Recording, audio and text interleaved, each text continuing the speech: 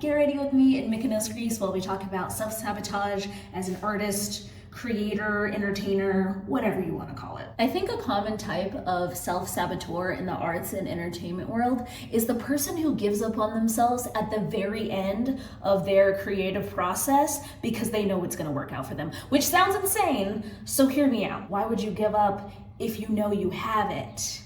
If you know you have a talent, a genius product, or a genius project, why would you give up? I think it's two things, and I think that they both have to do with control. One, I think it's because we want to be able to control our big supernova, my life changes forever moment to the T, that we end up pushing away all other possibilities and opportunities until it comes in that exact way. And until it unfolds in that exact sequence, we kind of just stay on idle. So say that you really need funding for a project and you always envisioned this big producer bumping into you and they're so enraptured by you that they're like, take my money, kid, we're gonna do this thing together.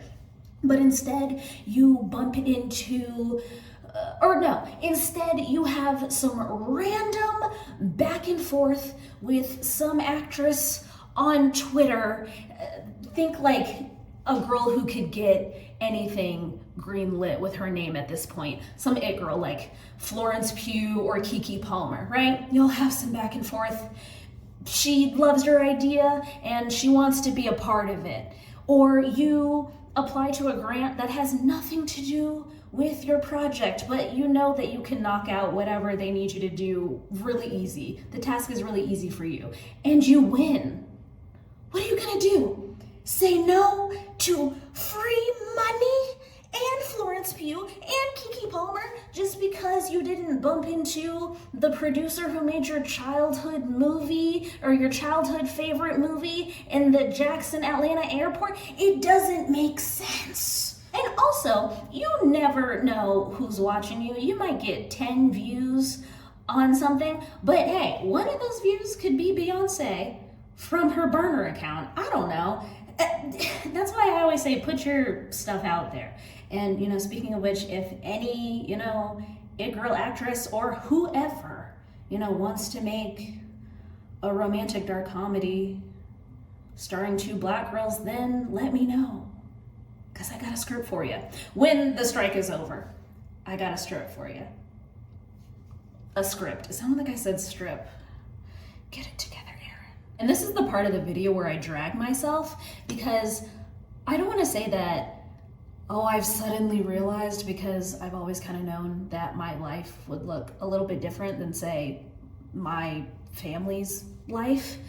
But I think I only recently came to terms with the fact that I too will not know every single step of my desired destination. Like, I already knew, like, yeah, it's like a lofty thing and not many people make it into the, I know, but I'm still gonna do it because I've already lived out, plan B through at least F. I might as well go for plan A again now that I can, right? But anyways, things will unfold in the most random ways. For example, I'm in Greece right now. Do you know how I got to Greece? Because I made a random TikTok that blew up, and somewhere in there I said, I want to go to Greece. And then Delta Airlines reached out and gave me 2 free round-trip tickets to Greece. Could I have seen that coming? No, I'm still flabbergasted, even though my feet are on Greece soil.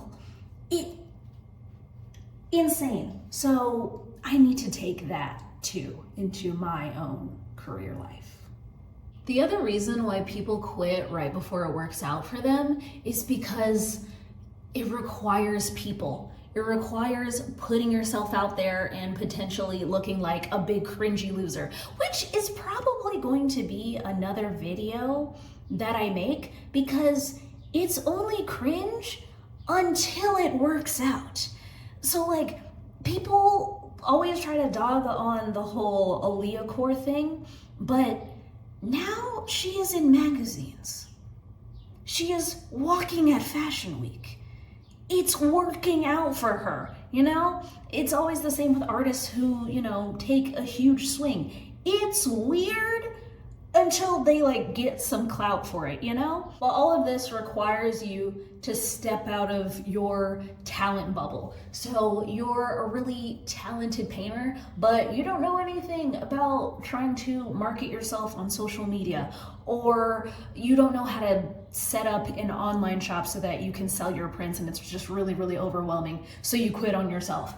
Or like you're a fantastic writer and you know that you have a really cool novel on your hands that you have edited the mess out of. It has been polished to the brim, but you always hear about how, like, you know, even the greatest writers, some of their works never even got published because they were rejected to death. Or you always hear about how hard it is to get an agent. So you quit on yourself, even though you know that things would take off for you if you tried.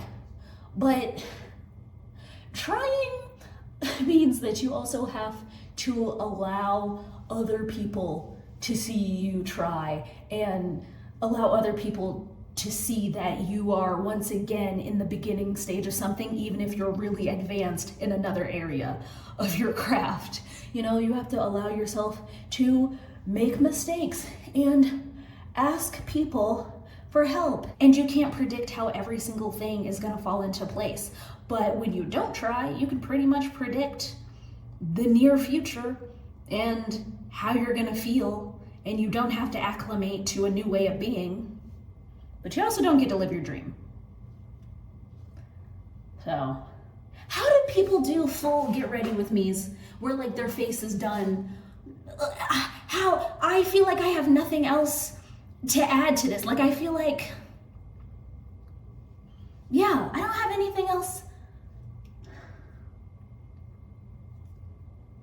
Yeah, I think I said all I needed to say about this. How do people do their full face while they're I don't know. Again, this is me at the beginning stage. This is me at the beginning. One day we're gonna figure it out and I'm gonna be able to do a full beat while I talk. I think I get distracted and I just end up holding like products and utensils and whatever in my hands.